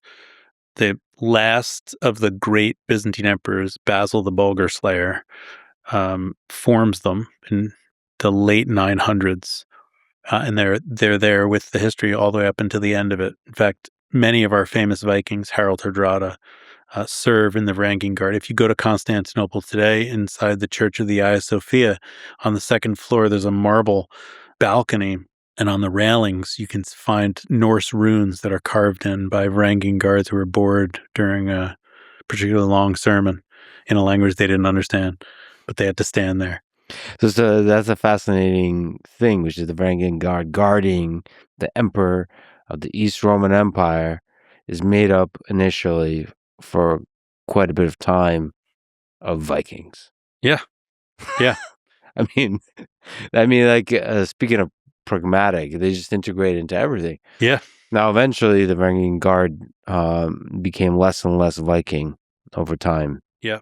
But this whole, you fast forward the story, we should mention that Stare Ladoga in 753 AD is when it was established, opening the connection to the two rivers, and they began trading on the rivers and establishing more stable states along the rivers, including the Kievan Rus in 862, 882, where the Varangians, so it's the Swedish Vikings, they took Novgorod, they took Kiev, and they established the Kievan Rus there. And that is what led to the connection to the Byzantine Empire, where they started to, again, the Vikings went from being Vikings, they go through this process of trading and then establishing a state. Now they're doing treaties of different kinds, and they're also waging or trying to wage war, and going all the way to Constantinople and having a deep admiration for Constantinople, enough to then begin to dream of sacking Constantinople. Yeah, I mean, once they're alerted to the wealth that's there, Vikings being Vikings, they show up. Can you speak to the Greek fire? So this was 941 and 944 when they tried. And then Greek fire was this technology developed by the Romans. We don't really know what it was, Greek fire. It was a form of napalm, obviously. We have the ingredients, what made it up, naphtha and oil and things like that. But it was this very flammable material that would ignite on contact. So the Byzantines would fill it into clay pots and then throw the clay pots. As soon as it's exposed to oxygen, it would start burning. They also had siphons. They would carry like flamethrowers on their back, and they would just spray it at enemies. And the real devious thing about it is that if you launch this clay pot at a ship and the material, pooled across the wood and then dripped off into the water, being oil, it would float on top of the water and continue to burn. So that if you were a sailor and you jumped off the ship because it's on fire and jumped into this oil patch that's on fire, you'd be coated with it and you'd burn underneath the water. It was a horrible way to go. So this was a state secret, closely guarded secret, so closely guarded, it remains a mystery to this day of what exactly it was. Which is incredible, right? Yeah. But in the 944 attack on Constantinople, I mean, the Vikings are coming on their ships. They brought these ships from Sweden. I mean, that's crazy. They're in the Black Sea. They've sailed. And they kind of swarm at the Byzantines. The Byzantines launch a bunch of decrepit old ships toward them that have Greek fire on them, and that turns the tide. But the Byzantine emperor so appreciates the strength of these horrifying Vikings that he forms a bodyguard of them. And hence we get, just a few years later, again, tried to sack Constantinople and then join them. Yep. The Varangian Guards in 988 with Basil II and Vladimir. They make Varangian Guard into an institution, and then the word of mouth spreads that this is a real career path for the Viking, is to join the Guard. Yeah, that's right. Because not only do you get paid you get compensated very well, obviously, for defending the emperor, particularly if you do a good job, but you also have opportunities because the emperor sends you, let's go attack, this tribe, and you get to keep whatever you take. So there's tremendous amounts of war profiteering you can accomplish. And the other great river system, the Volga, that brings you to the great enemy of the Byzantines, the Abbasid Caliphate, and they had a lot of trading links with the north. So you get things like fur and amber, lots of slaves from the Islamic world going up. You even have, in a Swedish coin hoard, there's a Buddha that's been found. I mean, in Sweden. Yeah. So these networks of trade, how incredible are they with geography? Right? You can transform your understanding of land from the geography of the land to the geography of the river networks, because the way they raid and then invade and then conquer England is through the rivers. It's an incredibly different way of seeing the world. Yeah. And if you look at the kingdoms the Vikings created, and I'm thinking particularly of like Eric Bloodaxe in York, he's controlling parts of Ireland, parts of Scotland, Wales, England. Like that doesn't make sense unless you're a Viking. That also added tremendously to the terror that the Vikings brought, because, I mean, you should probably be a little careful with absolute statements here, but I can't think of a major European city that's not on a river, which meant now with the Vikings, because they could travel up, rivers, that's shallow rivers, and then carry their boats whenever everything was on the table now, even hundreds of miles inland is on the table. At an incredible speed, much faster than the land armies. It's terrifying. It's terrifying. You're living in a constant state of fear. We've talked about this transition in several different contexts, but you've written about this. It's really interesting. Is the Vikings, like Ragnar, going from this mode of sea kings with no territory to the mode of land kings? You have like somebody like Harald Bluetooth, 10th century Viking king of Denmark. You go from being these grand explorers that are free to being state builders. Was this always inevitable for all of these Vikings? Can we speak to the different transitions, maybe in England? I think in one way it's inevitable. there are so many examples of destroyers who just wreck civilizations. The builders are much more rare, so I think it's one of the reasons I think Augustus is a much more interesting person than Julius Caesar is. Augustus was a builder, and I like to see that. I like to see not just can you pull down, but can you build up? Just to take Ireland, for example, Dublin, Limerick, almost every major city in Ireland was founded by the Vikings. So I don't think it's just a given that it would have happened. I think there's something about the Vikings, and it's probably tied to their pragmatism. They're like this pragmatic streak of we're going to use whatever. Oh, this system of a king works. This taxation system's pretty good. Let's keep it. Oh, this doesn't work. Let's ditch it. Yeah, they went from destroyer to builder very naturally and very quickly. Yeah, there's a natural process from conquering to building, but it does take talent and it does take a certain something. Can we talk about one of the great Vikings, Knut the Great? I love Knut. I think he doesn't get his due. He's one of those unsung heroes, I think, of the Viking world. He had a reputation. He was called the Emperor of the North. He had this massive, England, Scotland, Wales, Ireland, Norway, Sweden, Denmark. I mean, he's just tying it all together. He was an extremely effective English king. I believe he introduced the penny, sadly discontinued, but I wait, really? It's discontinued? Discontinued. They're no longer making. The penny is discontinued. 2025 is the last penny. Oh no! Everything's going to go up by 5. So going to Perplexity, Knut the Great was an early 11th century Danish ruler who became king of England, Denmark, and Norway, creating what historians call the North Sea Empire. He's often regarded as one of the most effective kings in Anglo-Saxon English history for stabilizing the realm after decades of Viking warfare. Again, an example of a destroyer becoming state builder. Yeah. He was extremely strong. He was effective. England went from being the whipping boy of the Vikings to controlling the Vikings. And ended up on a pilgrimage to Rome. Went to Rome? So yeah. He although a Viking war leader, Knut ruled as a Christian king, patronizing churches and monasteries and going on pilgrimage to Rome in 1027, where he attended the Holy Roman Emperor's coronation. So he was recognized by his contemporaries as something special, right? You don't get invited to those coronations if you're a nobody. But the most famous story of Knut that I know, my favorite story, is being in positions of power, being famous, a lot of people sucking up to you, a lot of people telling you whatever they think you want to hear.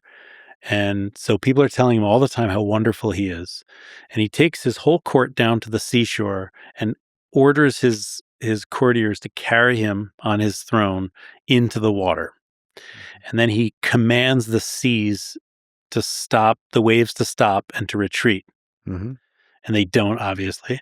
And everyone thinks he's little. But his point is that you're all saying how great I am. I have no control. I mean, this is act of humility to kind of embarrass. I have no control over anything. Stop telling me I'm the greatest thing since sliced bread. I like the leaders, and there's a few of them in history that rise to the very top, and they're still able to maintain humility. Yeah. Marcus Aurelius is in the Roman Empire is an example of that. Reading Meditations is also just an insight into the mind of a man who's to himself, because Meditations is not supposed to be work that's published. It's just a diary. Right. To himself is deeply humbled.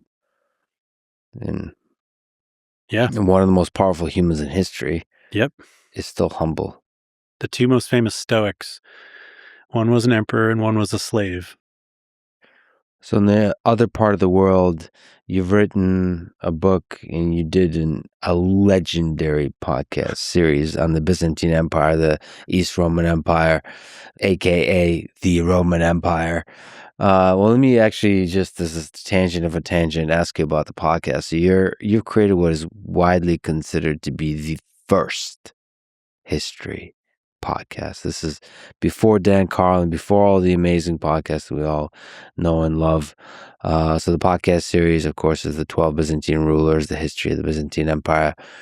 What motivated you to explore this medium of podcasting? What in the early, it's supposed to have been 2005, something like this. It was 05, yeah. And people should go listen to it because it's still, I mean, it's like it's like we're talking about like ancient times or something, because it is now a long time ago, but it's still an incredibly good podcast. It's a great podcast series.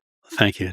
At the time, there's a series that I would get at the library called the Great Courses. I don't know if you're familiar, but Yes, great. there was one particular professor. His name was Bob Breyer, and he's an Egyptologist, lives on Long Island, where I'm from, and he's a massive thing. It was like 24 hours of lectures about the entire history of Egypt, and it was fascinating because he's such a good storyteller. And I was reading, as a kid, I could never figure out if I liked the medieval period better or the Roman period better. I was constantly going back and forth. And I stumbled across a book which referred to the medieval Roman Empire. And, it was a bit like discovering your favorite TV show had 12 extra seasons you didn't know about. Yeah. And they were just as good. So it really was a labor of love. I would not shut up about the Byzantine Empire. So my older brother, we would go on walks together, and I would be like, and then Justinian, and he stopped me. He said, I have no idea what you're talking about. I have no idea. Like, I need a framework. Give me a framework for this. So I went home and I recorded myself giving a framework, which turned out to be episode 1. But I think I said it. I did it in a British accent, a really bad British accent. I was just messing around. And I gave him luckily I did it in my regular voice as well as this goofy accent. And I gave it to him. And then I forgot about it. And that summer, I was on a dig in Petra, excavating the Temple of the Winged Lions, which was like a dream come true for me. And I get this email from my brother. And he said, I just submitted it as a podcast. So he had to tell me what that was. But I was going for, to the extent that I had put thought into it, I was going for kind of a longer form lecture, great course series on the Byzantines. And then a bunch of people started emailing me saying, when's episode 2 coming out? Oh, okay. So I guess there has to be an episode 2. And then the thing kind of snowballed from there. I had no idea what I was doing. Your brother, by the way, is super tech savvy. He is. It wouldn't have happened without Anders. So Anders, thank you. But like looking back now, what do you think? What do you think about that medium? Why do you think it connected so much to people? Because you've also written several amazing books. One of them is on the Byzantine Empire. Just looking back in a retrospective kind of way, because that from there blew up an entire industry of incredible other history podcasts and podcasts in general. Yeah, I've been. That's a great question. I've been trying to think for the past 20 years, like why it's such a niche field, right? Why would people be interested in it? I think number one, it's a great story, and people are people, and we haven't changed much, which is one of the reasons why it's accessible, because these are people you could meet today.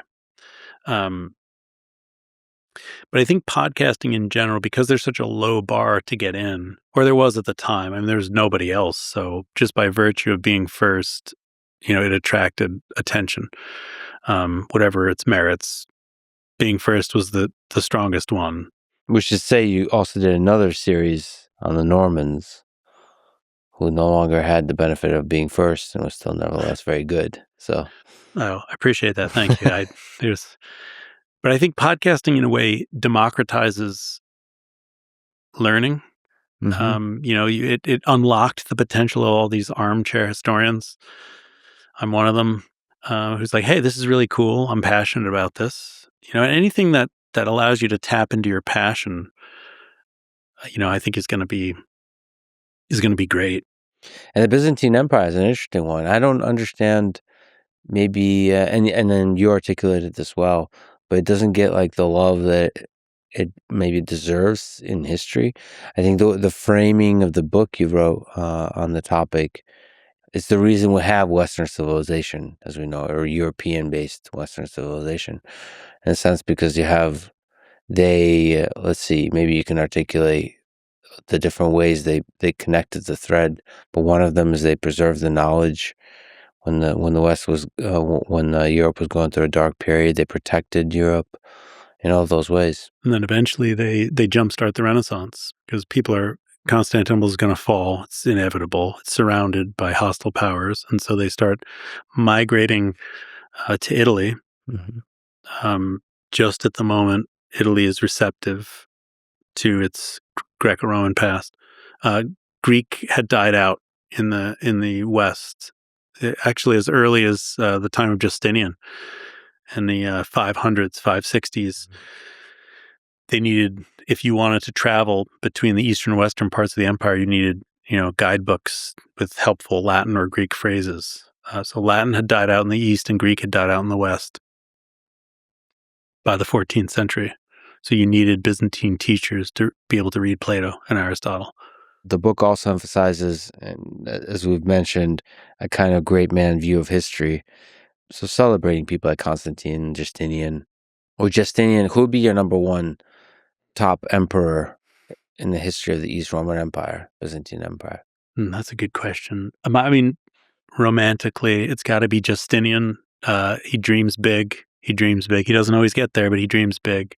He dreamed and tried to reconquer the Western Roman Empire. I mean, he was a lot of wars of conquest. Yeah, and built the Hagia Sophia. I mean, I think this is, we're interested in the Egyptians because they built the pyramids. We're not interested in the pyramids because they were built by the Egyptians, right? It's like, what is the great thing that your society has created? And I think the Hagia Sophia is that for the Byzantine Empire. I mean, to go in it today is still the closest you can come to the 5th century, and it peel back the imperial splendor of what it must have been like. You can still see it, you can smell it, you can feel it, like it's there. There's actually a really nice video on YouTube of you going from, I think, 50 to 60 years ago. I don't know. Seems like that. It does seem like that. Yeah. We actually were kicked out. My brother and I went. What would you do? Well, as you know, they're very strict as to guides. They want to promote the local economy, so you have to have a local guide. You can't go in there and look like you're being a tour guide without a license. 15 different organizations. So we went there early, the hour it opened, and we had the entire cathedral to ourselves. And so we went around, and my brother's holding this camera, and I'm, goofily pointing things out. And one of the guards noticed us, and we had to remove ourselves from the building. And so one of the things, I mean, Justinian was a critical person in this too. He overhauled the Roman law, the legal system, the law. First of all, the Roman Empire in general, the East Roman Empire propagated it. They believed in the law. They held on to the law. That's right. And that's many of the legal ideas we take for granted is grounded in everything developed in the Roman Empire and stabilized in the Roman Empire. So they carried that flag forward. Yeah. I mean, outside of Great Britain, all European legal systems are ultimately based on the Code of Justinian. And then weirdly, because of the French connections, the state of Louisiana. If you want to be a lawyer, you have to pass a different bar in Louisiana than in everywhere else in the U.S. Why do you think the Western Roman Empire and then the Eastern Roman Empire collapsed? Just looking at the grand picture of the history of the Roman Empire's 2,200 years, starting from the kingdom to the Republic, to the imperial period, to the East Roman Empire period. Why do societies rise and fall? That's a really interesting question, and there are probably as many answers as there are different kingdoms. But just the Roman Empire, my take on it is that the collapse really starts at the end of the reign of Basil II. So the year is 1025. Basil is the last monarch of the Macedonian dynasty, which had seen the empire become the most powerful state in the Mediterranean, much more powerful and advanced than its Muslim or Christian neighbors. He had expanded the empire essentially as large as it was going to be after Justinian. It was wealthy, it was glittering, it was educated. I mean, courtiers had to memorize the works of Plato by heart. The emperor, one of his favorite activities was to go and he would begin a quote and you would have to finish it, but you didn't know where he would begin or what he was thinking that day. This is kind of what amused him. So they're incredibly literate. I mean, inside Constantinople itself, the literacy rate was close to 100, which is crazy. But when he died, the court, which had been this magnificent court, this bureaucracy which had been running the empire, and which is vital to the workings of the empire, they convinced themselves that they could run the empire. They didn't actually need the emperor. And so they specifically selected weak rulers.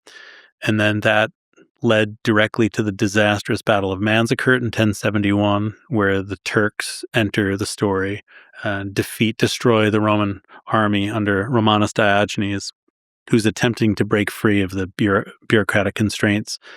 And then Anatolia gets flooded by these nomadic warriors, and the Byzantine gets pushed out of them. So once they've lost the heartland, they've lost their source of troops, they've lost their source of taxation, they've lost their source of food.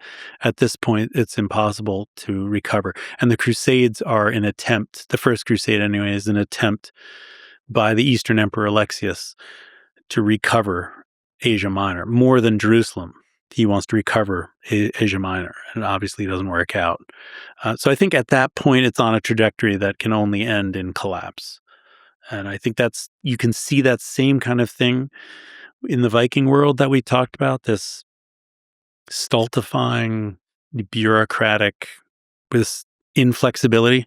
Combined with the growing threats from all directions. Growing threats in all directions. Maybe your own success is beginning to be a problem. And you can't adapt as quickly. You're not as lean and mean anymore. It's too many traditions, too much. The weight of history breaks you. You sort of mentioned the Macedonian period, the dynasty where the East Roman Empire flourished once again, but like they've gone through so many periods like that, and That's they true. lasted. That is true. I don't know what the reason is, but you can really trace the Roman spirit, the Roman state, the core of whatever that is, through that 2200 year period. There's a real connection, a thread that connects all of it. And so that there's lessons. That's why we do need to study the Byzantine Empire for lessons of what makes societies last. Yeah. Eventually everything collapses, but like that one lasted longer. A long time. It's easy to last when you're hidden away somewhere, but they were in the middle of everything. Everybody wanted what they had. They were getting hit on all sides. There was, in their entire 2200-year history, there was not a single year they were at peace on all frontiers. And it wasn't always because they're looking for trouble. No. A lot of it was as defensive. Yep. Including with those pesky Normans. Yeah. On the topic of great men in history, so where do you land on this great debate? How important are individual humans versus systems? So what do you think turns the tides of history? Can individuals, rulers, or individual warriors, or individual humans have the power to change the course of history? Yeah, that's the question, isn't it? The short answer is I subscribe to the great man or great woman theory. I think there's moments I can't imagine the Protestant Reformation. I don't think you can just swap out Martin Luther and have a Protestant Reformation. I don't think you can swap out Augustus and have the Roman Empire. I mean, I don't think you can swap out and so on and so forth. I think ultimately these impersonal forces are insufficient for explaining, because we are people. We are humans. We are, everything is kind of a relational thing.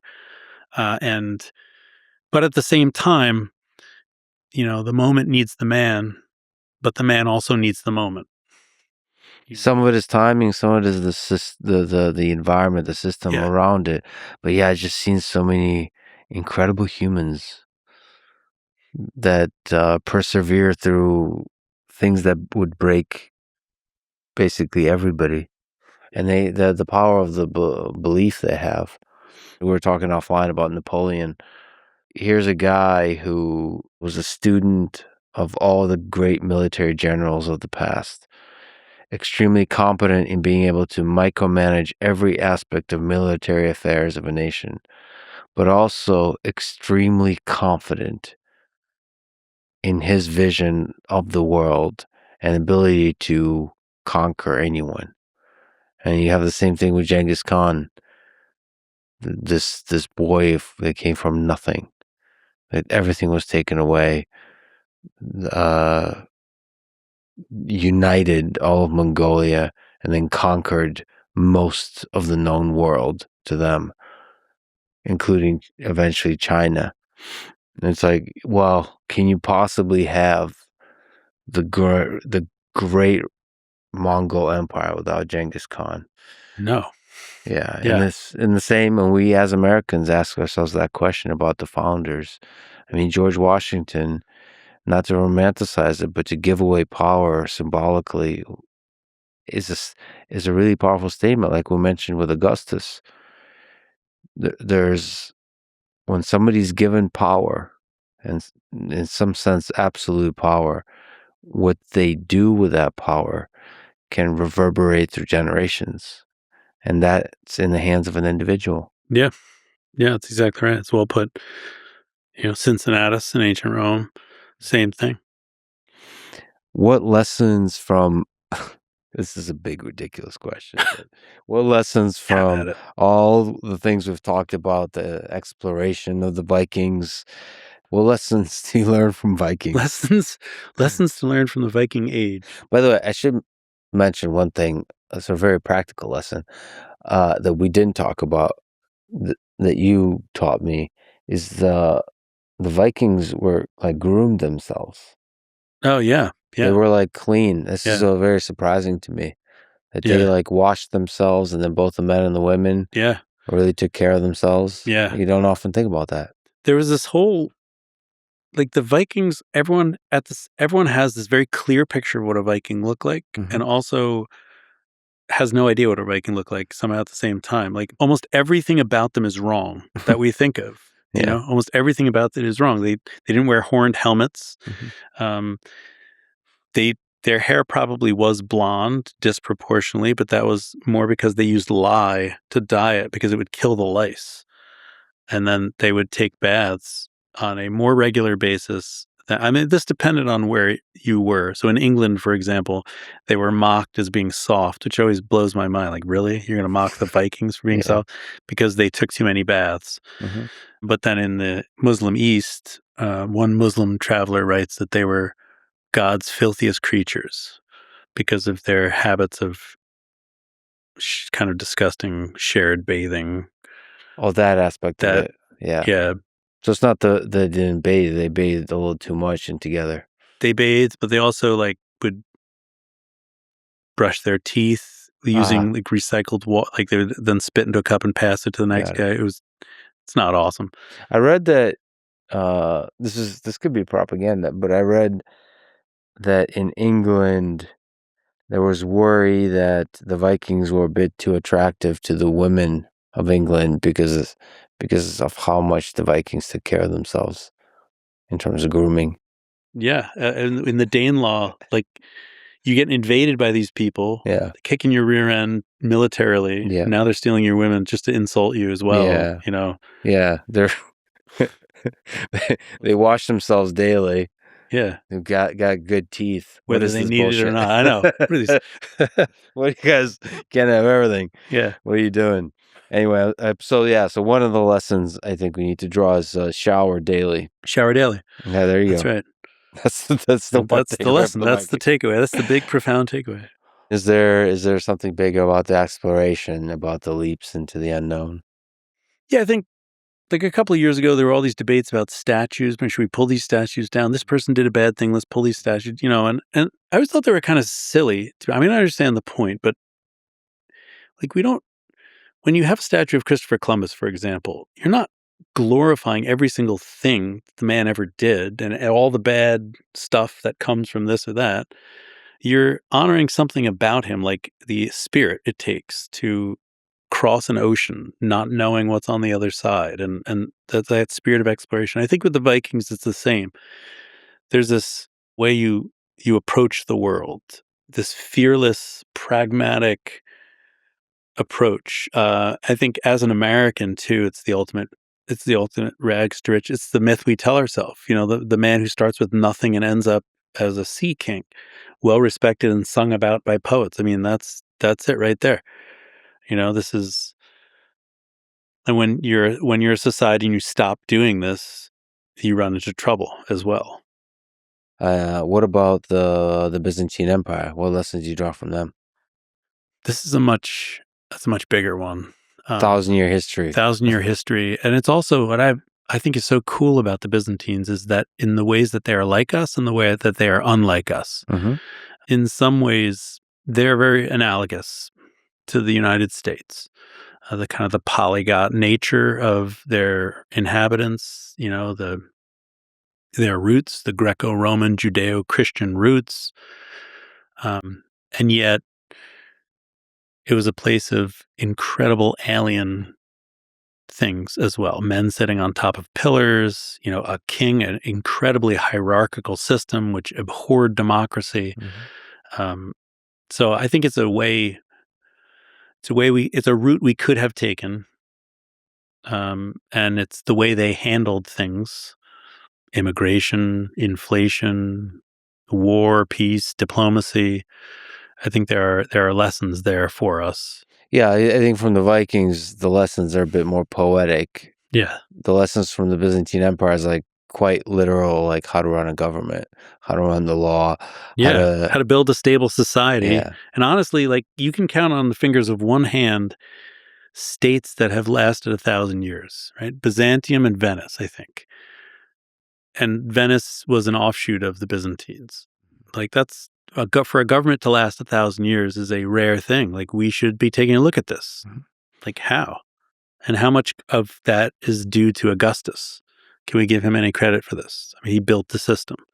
Yeah, but there was a lot, like you mentioned, a lot of people along the way, from Constantine to Justinian, the Basils. There's so many emperors along the way that revolutionized and then restabilized the empire after it was almost falling apart. Oh, yeah. You know what else, too, though?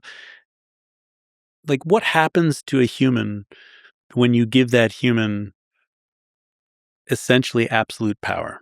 Because the Byzantine emperor stood halfway I mean, he was more autocratic than anything other than, I don't know, the Pope that we have in the modern world. What happens when you give someone that level of power? Like, I love Justinian, but I wouldn't have liked to know him. You know, I wouldn't like to be one of his subjects. I love Basil the First, but man was a bloodthirsty tyrant. Like, I think it shows you what happened. What is it? Lord Acton, power corrupts and absolute power corrupts absolutely. Like, that's quite clear throughout Byzantine history. And it's a long list. And as technologies become more powerful, absolute power becomes potentially more destructive. Yeah, so it's more absolute. It's more absolute. And it's, I mean, this is the project for the 21st century. The 20th and the 21st century is post-industrial revolution, post the computer technological revolution, post-nuclear weapons discovery. How do we construct societies that last like the Byzantine Empire did 1,000 years? Because it's like a new challenge for us. Yeah. There's going to be history books written about us. Because like nuclear weapons, 80 years ago, it's like Greek fire that you can apply to the entirety of human civilization. And so there's going to be good history books, and I hope there's going to be these stories about the American Empire, about the rest that sound similar to Byzantine Empire, versus the Viking Age. It only lasted 3 centuries. I mean, I suppose the good news is it can be done, right? Or it has been done. It has been done. What gives you hope about the future? Having looked at the deep history of us, what gives you hope? During grad school, I was reading Frederick Douglass's autobiography, and he said, I could sit with Plato and Cicero and they would not flinch. By which he meant that the great conversation was for everyone, no matter what your skin color, no matter what your level of income, and even no matter your intelligence. And I think that's actually that's why history comes alive for me, is because these are not alien people. Like you had asked, how similar are ancient people to us psychologically, what their goals were for life. And I think the short answer is they were identical to us, which is why we can understand them. It's why you should read things. It's why you should read the Meditations, because this is not just some dry whatever talking to himself in a culture that you cannot understand and can never recreate. It's a human talking about being human, and I think human nature has not changed, and I don't think human nature will change. So we are flawed and broken, and that's the human condition. We're going to be flawed and broken. So I actually think that's the great question of history. If you want to understand history, you have to know about human nature. What is our human nature? If you think it's a blank slate and we can kind of educate ourselves to a utopia, or, like the Marxists said, then okay, hasn't really worked out, but okay. If you believe we're basically bad, there's a whole set of things that come with that. If you believe we're basically good, there's a whole set of, right? So you won't learn the appropriate lesson if you misdiagnose human nature. Yeah, I think the diagnosis that you're kind of hinting at is seemingly the most accurate one, which is we're flawed. A mix of good, a mix of evil, capacity for both. That's right. I mean, I have to teach my kids to be kind. I don't have to teach my kids to be unkind. I mean, one of those is natural and one is not. I think my kids can become kind, The capacity. Humans there. have the capacity for much great things, Mm-hmm. but not perfection. It has to come outside of us. Well, what is it? That line of all of us are in the gutter, but some of us are looking up at the stars. Yeah. And so you gotta teach as many of us and to look up at the stars and dream. Because once you allow yourself to dream of a better world, you try like the Vikings did. Go out there. Don't try not to murder your neighbor, but if you do, all of us have, of course. If you do, there's Greenland. There's Greenland. Thank you for everything you've done for the world. Thank you for the podcast you put out there. Thank you for your incredible books, and thank you for the conversation today. Thank you. I really appreciate the opportunity. Thanks a lot. Thanks for listening to this conversation with Lars Brownworth. To support this podcast, please check out our sponsors in the description, where you can also find links to contact me, ask questions, give feedback, and so on. And now, let me leave you with some words from the Volsunga Saga, a 13th century Icelandic prose epic that tells the story of the Volsunga clan, a legendary Norse dynasty of heroes and dragon slayers. Fear not death, for the hour of your doom is set, and none may escape it. And another powerful quote from this saga is, better to fight and fall than to live without hope. Thank you for listening, and hope to see you next time.